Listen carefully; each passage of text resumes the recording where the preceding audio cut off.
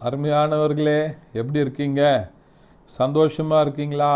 நிச்சயமாகவே நீங்கள் சந்தோஷமாக, மகிழ்ச்சியாக, ஆசீர்வாதமாக, விடுதலையாக இருக்க வேண்டும் என்று சொல்லி வாழ்த்துகின்றேன். இருப்பீங்கன்னு சொல்லி விசுவாசிக்கின்றேன். தொடர்ந்து இந்த காலையில் கர்த்தருடன் என்கிறதான இந்த யூடியூப் நிகழ்ச்சியை பாருங்கள், மற்றவர்களோடு கூட பகிர்ந்து கொள்ளுங்கள். இதன் மூலமாக ஆண்டவர் உங்களை ஆசீர்வதித்து நடத்துவதற்கு உண்மையுள்ளவராய் இருக்கிறார். இந்த நாளிலும் ஒரு அற்புதமான கர்த்தருடைய வார்த்தை என்னன்னு சொன்னால், யாக்கோபு எழுதின நிருபம் 4ஆம் அதிகாரம் அதனுடைய 11வது வசனம் இப்படியா சொல்கிறது: சகோதரரே, ஒருவருக்கு ஒருவர் விரோதமாய் பேசாதிருங்கள். சகோதரனுக்கு விரோதமாய் பேசி தன் சகோதரனை குற்றப்படுத்துகிறவன் நியாயப்பிரமாணத்திற்கு விரோதமாய் பேசி நியாயப்பிரமாணத்தை குற்றப்படுத்துகிறான் என்று சொல்லுகிற அருமையான வார்த்தைகளை பார்க்கிறோம். சகோதரனே, ஒருவருக்கு ஒருவர் கூடும்போது மற்றவர்களை பற்றி விரோதமாக பேசாதீங்க அப்படின்னு சொல்லி கர்த்தருடைய வார்த்தை சொல்லுகிறது. எவ்வளோ ஒரு அருமையான வார்த்தை பார்த்தீங்களா? இந்த நாட்களில் நம்ம பார்த்தோன்னு வச்சுக்கோங்க, ஒரு 3 பேர் 2 பேர் 3 பேர் சேர்ந்துட்டா என்ன பேசுகிறோம்? மற்றவங்கள பற்றி குற்றப்படுத்தி பேசுகிறோம். அவர் இப்படி செஞ்சார், அவர் அதை செஞ்சார், இதை செஞ்சாருன்னு சொல்லி மற்றவர்களை குற்றப்படுத்தி மற்றவர்களுக்கு விரோதமாக பேசுகிற காரியங்களை பார்க்கிறோம். ஒருவேளை குடும்பத்தில் மற்றவங்களை குற்றப்படுத்துகிறோமா? நம்ம செய்கிற வேலைகளில், வேலை ஸ்தலங்களிலே, வியாபார ஸ்தலங்களிலே, உங்களுடைய தொழிலில் மற்றவர்களை குற்றப்படுத்துகிறீர்களா?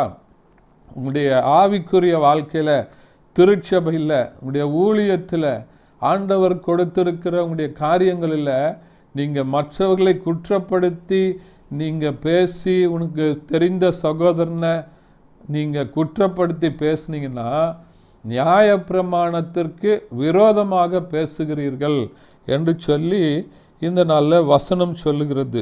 நீங்கள் நியாயப்பிரமாணத்துக்கு விரோதமாக பேசி நியாயப்பிரமாணத்தை குற்றப்படுத்துகிறீர்கள். நியாயப்பிரமாணத்தை குற்றப்படுத்தினால் நியாயப்பிரமாணத்தின்படி செய்யப்படுகிறபடியால் அதற்கு நியாயாதிபதியாய் இருப்பாய் என்று சொல்லி சொல்லுகிற அருமையான வார்த்தையை பார்க்கிறோம். இந்த நாளில் எல்லார்கிட்டையும் அதிகமாக விசுவாசிகள் மத்தியில் காணப்படுகிற ஒரு காரியங்களை பார்க்கிறோம். நம்ம ஒன்றாக கூடி பேசும்போது மற்றவர்களை குறித்து நன்மையான காரியங்களை பேசும்படியாக கர்த்தர் விரும்புகிறார். அவங்களுக்குள்ளே இருக்கிற நல்ல குணங்களை பேசுங்க, நல்ல குவாலிட்டியை பேசுங்க. ஆண்டவர் அவர் அற்புதமாக நடத்துகிறார். அவர் எவ்வளோ ஆண்டவருக்கு பயந்து நடக்கிறார், கீழ்ப்படிந்து நடக்கிறார், விசுவாசமாக நடக்கிறார், சாட்சியாக நடக்கிறார் என்பதை நீங்கள் பேசுகிற ஒவ்வொரு காரியத்தையும் ஆண்டவர் கேட்டுக்கொண்டிருக்கிறார். மற்றவர்களை குற்றப்படுத்தும் போது நம்முடைய ஆவிக்குரிய வாழ்க்கையின் நிலையில் இருந்து நம்ம கீழே இறங்கி வருகிறோம். நம்முடைய ஆவிக்குரிய வாழ்க்கை கெட்டு போகிறது. உங்களுடைய ஆவிக்குரிய வாழ்க்கையில் ஒரு முன்னேற்றம் இல்லாத நிலைமை இருக்கிறதா? இன்றைக்கு இந்த காரியங்களை ஆராய்ந்து பாருங்கள். நான் மற்றவர்களோடு கூட சேர்ந்து பேசும்போது யாரையாவது குற்றப்படுத்தி காயப்படுத்தி நியாயப்பிரமாணத்தில் சொல்லப்பட்டிருக்கிற காரியங்களை மீறி நான் நடக்கிறேனா என்று சொல்லி அதை யோசித்து பாருங்கள். இந்த காரியத்தை ஆண்டவர் உங்களுக்கு உணர்த்துவார் என்று சொன்னால் ஒப்பு கொடுத்து ஜெபம் பண்ணுங்க. ஆண்டவர் பெரிய காரியங்களை செய்வார். ஜெபிக்கலாமா?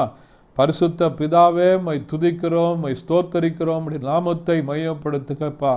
இந்த நாளில் கேட்ட வசனத்தின்படி ஆண்டவரே, நாங்கள் ஒருவருக்கு ஒருவர் விரோதமாக பேசி நியாயப்பிரமாணத்தை மீறுகிறவர்களாக இல்லாதபடி ஆண்டவரே, நாங்கள் ஒவ்வொருவரையும் சிநேகிக்கத்தக்கதாக மற்றவர்களுக்குள்ளே இருக்கிற விசுவாச வாழ்க்கையை, சாட்சியுள்ள வாழ்க்கையை, மற்றவர்களை குறித்து நல்ல காரியங்களை பேச விசுவாசத்திலே பலப்பட எங்களை பலப்படுத்துவீராக. அப்படிப்பட்ட காரியங்களை எங்களுக்கு தரும்படியாய் நாங்கள் ஜெபிக்கிறோம். இயேசுவின் நாமத்தில் பிதாவே, ஆமென். தேங்க்யூ. God bless you.